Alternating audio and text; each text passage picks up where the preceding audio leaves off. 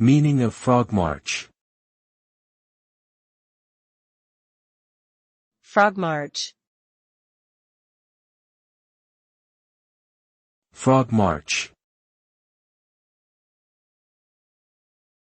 Frogmarch. Frogmarch.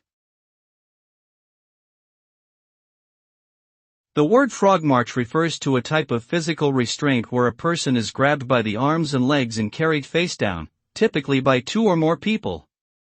This is often done as a means of forcibly removing someone from a location or as a form of punishment. The term can also be used metaphorically to describe a situation where someone is being forced to do something against their will. Overall, frogmarching is a physical and potentially violent action that is meant to exert control over an individual, often against their wishes.